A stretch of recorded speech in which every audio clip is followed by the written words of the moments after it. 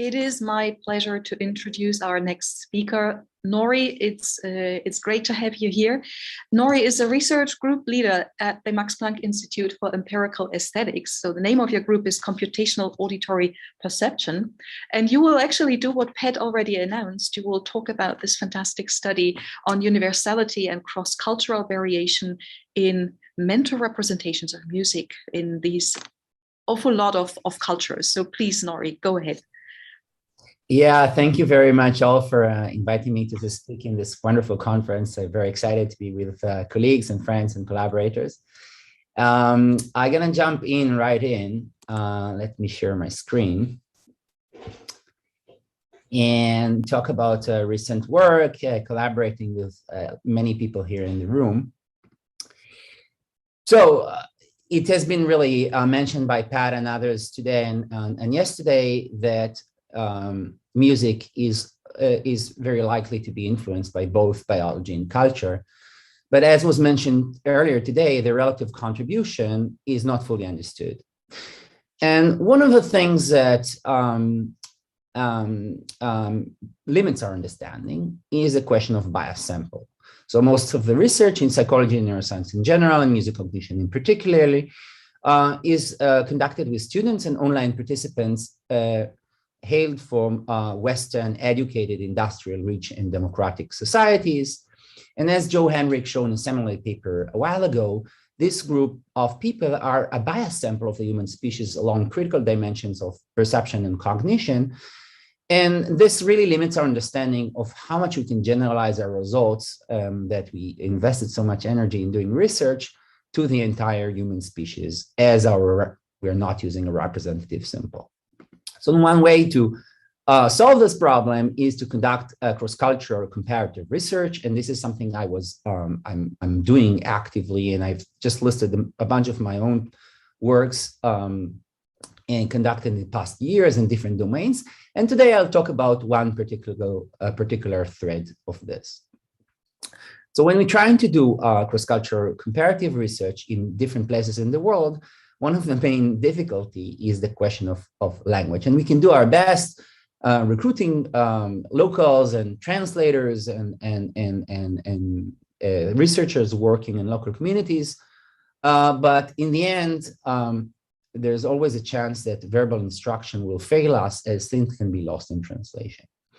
And in particularly, this is important for musical rhythm that we know is kind of a non-verbal, for many people is a non-verbal kind of thing we feel in our body and in our mind, but it's hard to exactly come up with words that describe this. So we want to find a method to reveal of the participant's mind their mental representation of rhythm when they listen to them with as little as possible reliance on verbal instructions. And we want to run this globally in different places in the world with people with and without musical experience. So this is really a high bar.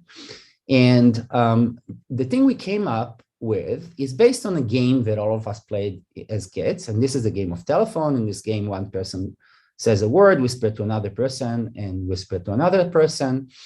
And then the fun in the game is, even if you start with very obscure word, you're going to end up with a banal word. And the reason for that is every single chance, there's a second chance that the person will not actually report what they heard, but what they think they heard. And as the chain progresses, things becomes more and more expected. Now, the idea to use it in the context of psychology is not new. It goes all the way to Bartlett in the 30s. But recently, by the group of Tom Griffith, it was realized that there is connection between playing the game of telephone and something really critical to theories of Bayesian perception, which is called perceptual prior, which is the internal representation of words. So in a nutshell, if you play a lot of game of broken telephone, the distribution of the end game of this chain will represent the likelihood of words that people have in their mind when they hear the game. This is because of the property of this enhanced expectancy of the words as it progresses through the chain. So it sounds a little bit abstract, so let's do actually our experiment. So we're going to do it all at home. I'm going to play your rhythm, and your single instruction is just tap along the rhythm as you hear it. I'm going to play it in the video and just tap along in your lap and doing the rhythm together. Let's do it all together.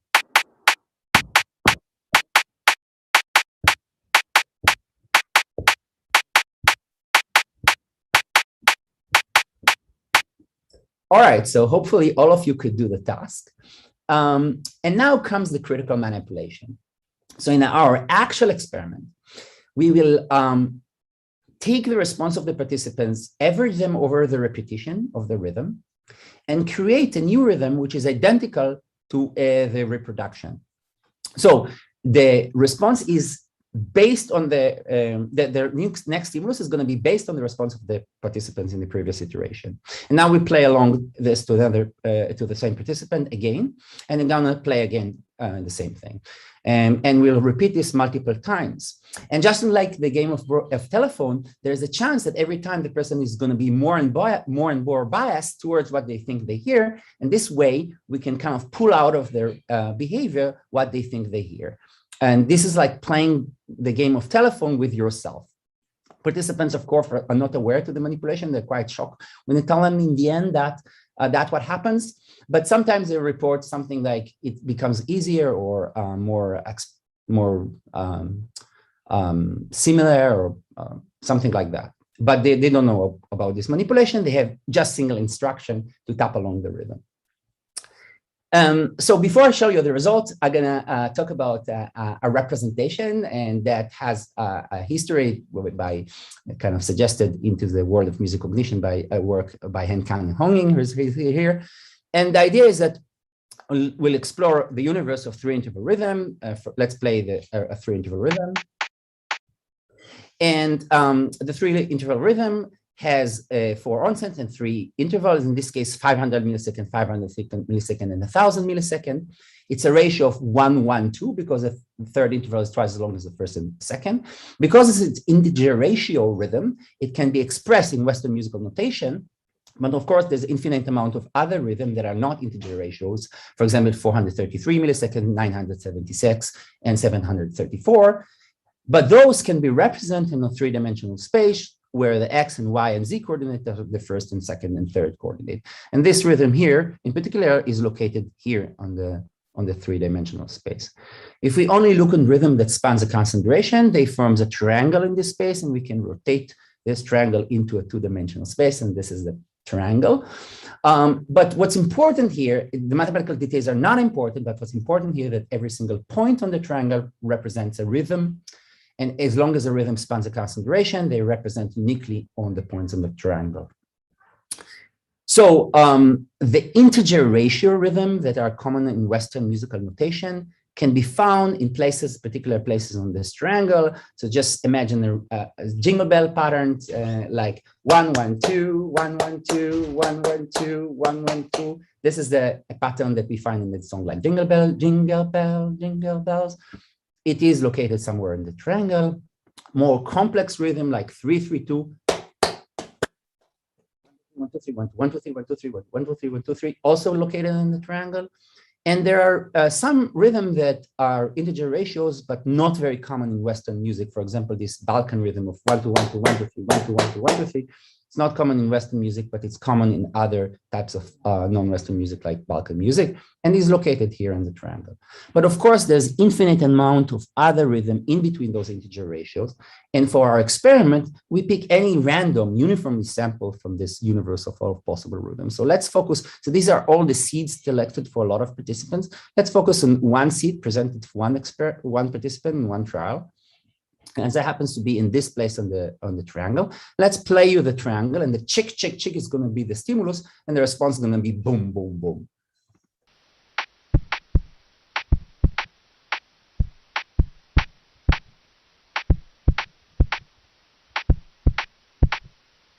So you hear the participants had some hard time to synchronize, but he was performing something in the triangle, and the places he was performing were around this point. Now this becomes a new stimulus for the next iteration, and now the participants did this. Oh, this is way better. And again, the results were here in the triangle. And now we're picking this another iteration for another participant and another iteration for another participant until it converged to a particular location. So here, let's hear the final result.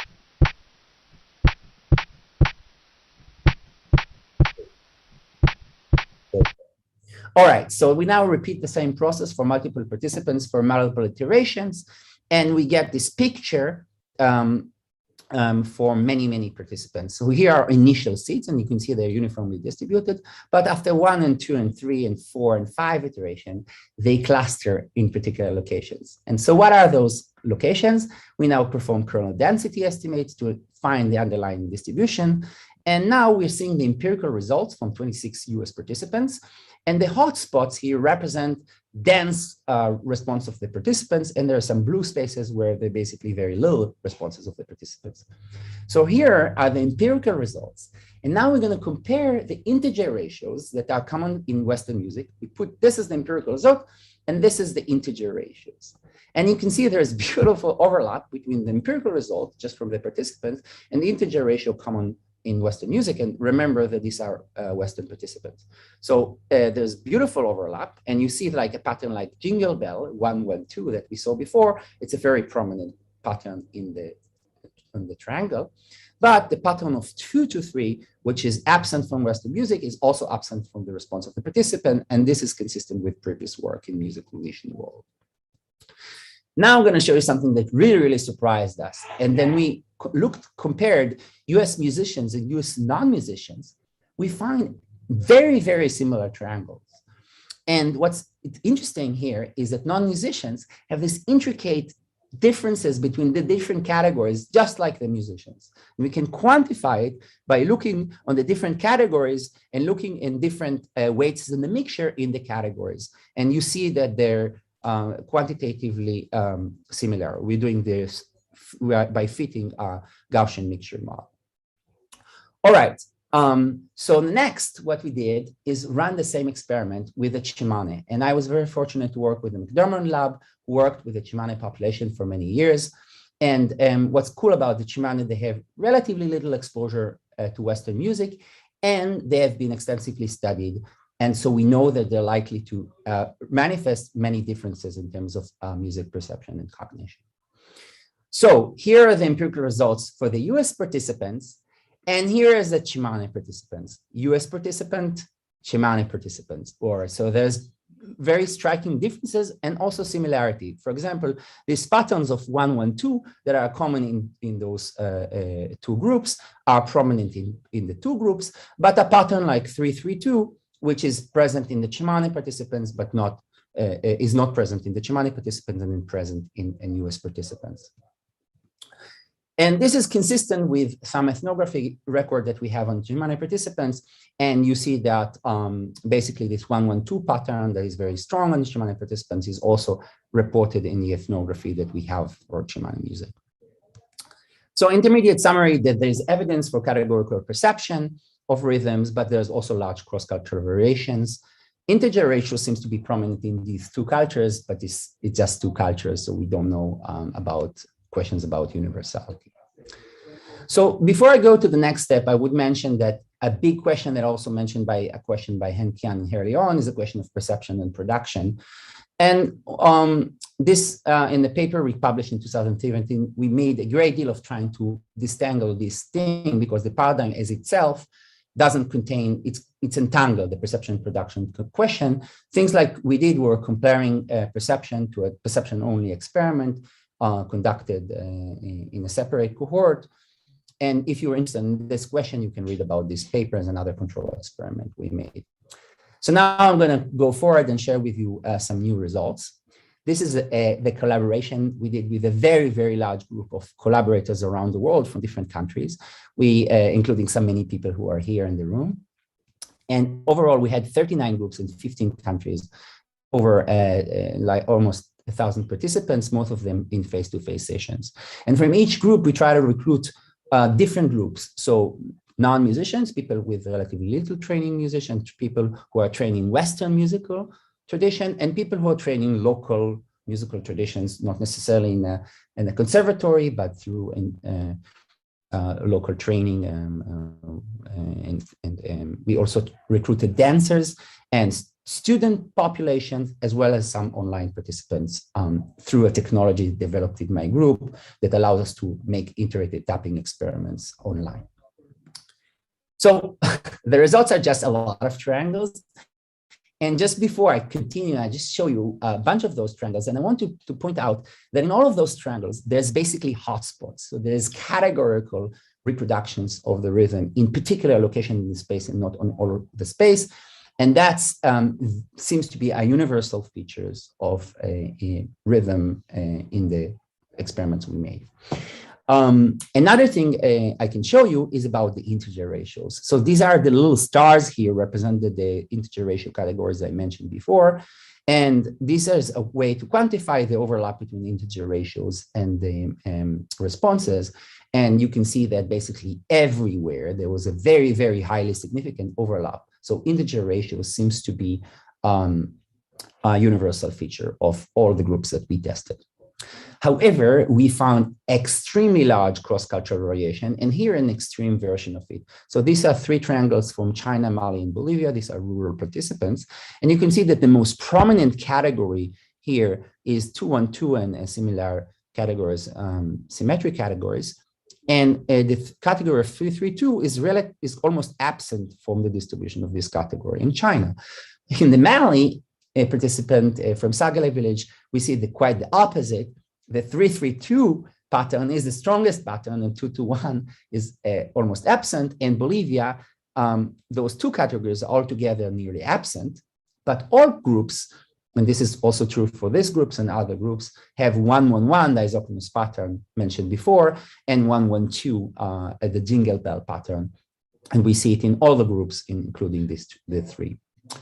So another thing we can try to look is into the similarity between groups. And here we can just look at the pixel-wise similarity and project them into a 2-dimensional space where close points represent similar triangles. So these are degrees, 0 degrees of freedom operations. There's no training. So first thing I want to point out is that basically all student population are located right here in the center. So it means that in terms of these dimensions, they underrepresent the global variability. And this is also true for online participants. And what's really important here is that this is the typical participants we recruit in online and music cognition research. And you clearly see they're underrepresenting and not representing the variability that we can find globally when we recruit more broadly. The other thing is that the variability that we're seeing in this dimension, in this MDS space, are interpretable. So for example, the first dimension that self-emerged from the data represent a particular category 332. And this category is almost absent in certain groups and very, very prominent in other groups. And it's really interesting because this is an historical trajectory. This is a 12/8 rhythm that has is shared between both Afro and Afro-diaspora communities, and groups that have prominent 12/8 rhythms have indeed very large 332 category in the experiment. Just to show you this quantitatively, so this is a measure of 332 in these groups that are Afro and Afro-diasporic background and compared with the other groups, and it's a very prominent effect across the Atlantic. And just to show you the world record in 332 in Sagale village in Mali, and here I collaborated with Rainer Pollack, who works closely with musicians in Mali. And we were able to verify through recording and interviewing process that indeed the 332 pattern that we see in the experiment corresponds to actual musical productions, and a very large portion, about 30% of the music contained this pattern in a very dominant way. And this is kind of demonstrating the kind of interplay between an ethnographer like Rainer and myself, and scientists like myself, who can work together, understanding and interpreting results. And I think this is very important going forward. I don't have time to show you the music, but I want to talk about this 223 pattern. And so this is the pattern that I mentioned before. That's pretty rare in Western music, but it's common in Balkan music. And we tested participants from Bulgaria and Turkey, and they showed this very prominent, not very strong effect, but actually significant 223 effect. And it was also prominent in data collected in Botswana by Jessica Giran and Alan Cameron, my colleagues. And Botswana is a very rare community in Africa that have 7/8 rhythms. So you can basically see that where people have 7/8 rhythm, it corresponds to a bump in the distribution in terms of the 223 category. Finally, there's a lot of discussions in music about music and musical exposure, and people talk about the language and shared between music and language component, and we didn't find evidence for that. I'll show you some evidence against common pattern in terms of language. So these are US musicians and non-musicians, and these are Korean musicians and non-musicians, and you can see there's very different languages, but very similar triangles. And we can also find another example of this. So we ran participants in Bolivia, different parts of the city, student population from the local university, and traditional participants from a different part of the city. They speak the same country, go to the same buses and hear the same music. Nevertheless, something in their musical heritage make a lot of differences. And this is the students and participants from a different part of the city, traditional participants, and you see that they're very, very different in terms of the triangle distribution, despite speaking the same language and living in the same city. So to summarize, there's lots of cross-cultural variability. Student population underrepresent cross-cultural variability, and so do online participants. So this is a warning for us. Distance between groups are interpretable, and they're related to musical features. Simple integer ratios are universally present, and there's no evidence for the influence of language. And this all kind of brings us a very interesting question of when are these representations learned? And I want to share just a little bit of new results that we recently get. So this is a collaboration with Laura Traynor and Erin Hannon from McMaster and UNLV, and they together with this students Carly Neve developed a paradigm for kids. And so they ran this experiment. Carly did it for her dissertation, just graduated recently. And there's also a preprint available about this work. And what they did is they just adapted the paradigm for children, and we were able to run it on a large cohort of children. And we did find that the children were somewhat more simplified compared with the adults, and this is predictable. But comparing with cross-cultural variability, the children were quantitatively quite similar to the adult. And that was surprising to us and suggests that early on, about 6 to 11, the ages which we tested, kids are already enculturated very strongly to the rhythms that we see. And finally, I want to share something really exciting in the making. I collaborate with Maria Zimmerman, and here we wanted to see where congenital deaf participants have rhythm priors. And we tested this, and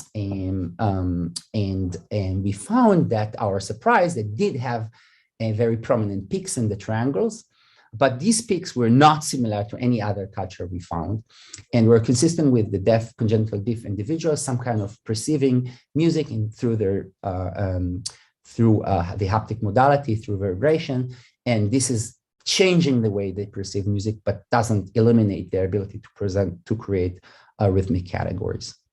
So with this, I want to finish and tell you about the preprints that are available and the published work that I mentioned today, and to thank all the collaborators around the world. And particularly, I want to thank Josh McDermott, who was mentoring me in this work since I was his postdoc at MIT, and then throughout my career later on. So thank you, everybody, and thank everybody who collaborated and contributed to this work. And I'll take questions now. Thanks a lot, Nori, for these interesting insights that you shared with us about your work. We wait a couple of seconds because the YouTube channel is a bit behind, but maybe I can ask you a question right away in the meantime.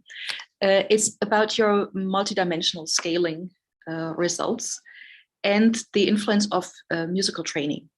It looked to me like your dimension 1, you had all these bars that you plotted, and on the right-hand side, you had a lot of red bars, which were musically trained participants. And on the left-hand side, you had these purple bars that were musically untrained participants. So I know that you said something that musical training doesn't play a role, at least not in the US and Americans, but this looks pretty much like a musical training effect. Yeah, so we did find that in some cases, participants who have Western musical training we did find similarity between musicians and non-musicians. So we replicated this US data in Japan and Korea. But in other places, we did not find we find some big differences between musicians and non-musicians. Places we did find differences in musicians and non-musicians were, for example, Mali and in Uruguay a little bit more. And and in these cases, the interpretation that we have is that they're basically something in the musical training very radically different. So if you think about candombe player in Uruguay, they start early on, practice this music, and I recorded kids very early on. It's just playing around and drumming. So I think this is an interpretation. Now, what you're saying about musical training in the X dimension, this is true, but it also manifests the weakness of this experiment because the nature of the sampling. We didn't have like a we wanted to try to reach out variability. So this is our motivation. If you can do an experiment 15 different places, what you want to kind of try to track variability. And so the fact that we are seeing this in the musician group is correlated with what I said about 332 rhythm representing Afro and Afro-diasporic musicians. So a lot of those people are coming from Afro and Afro-diasporic music, and they have very prominent 332 and manifested in our group. So I cannot say from our data that this is the MDS results. This have these two interpretation. Maybe it's about musical experience, but maybe it's just like experience with 7/8 rhythm. I would mention that Malian Dancer, which is the group of these non-musicians, this a group of female participatory that have a lot of experience with Malian music, but it's not musicians. They did show a very large 332, so this is giving you some evidence that our interpretation is correct, but this is still not at the global scale. All right, thank you. I see a lot of questions coming in at the same time here in YouTube. So I plot one question for you in Zoom. Great research, Nori. Could you speculate a bit on the presence of 5-beat rhythmic priors in Western musical cultures? Yeah, so this means that, I mean, these rhythm patterns have an interpretation of a meter, like a repeated structure, but also the elements, the rhythmic elements are important. And I think that in most cases where we have these 5 elements beat, they're basically using this 1 and 2 ratios, elements, rhythmic ratios, and that's what makes them very important. And if you look at corpus data, you'll find a lot of this pattern nested within a larger pattern. So I think the people are able to interpret we didn't tell them to interpret metrically or rhythmically, and I think both our interpretation are somewhat available to our participants, and this explains the results. Okay, I think we have time for one more question that comes from Peter Keller. Thanks, Nori. Is there evidence that type of activity done in musical contexts, like type of dance moves, level of activity, group size, etc., relates to rhythmic categories? That's an interesting one. It's an interesting question. I think we need a larger sample to test this hypothesis. We did a little bit of this, kind of showing it in sporadic ways in terms of looking in dance in contrast. In particularly, it was interesting to look on dancer in Bulgaria compared with non-dancers. So we looked in dancer and musicians and compared them, and even they share sometimes they're coming from the same ensemble, the dancer and the musician recruited both. And we found quite interesting differences between those two groups, despite the fact that they're sharing the same daily rehearsal schedule. But the musician and dancer were somewhat different in terms of the triangles, and that's interesting. And I think that's in the right direction, but I think more data is required to deal with it at the global scale. So I hope that a lot of people watched and listened, Nori, so that you get a lot of more collaborators to join into this research. We have to continue with the next speaker. So thanks a lot, Nori, for your talk. Please hop onto YouTube. There were more questions from other people so that they get their replies. Thanks again.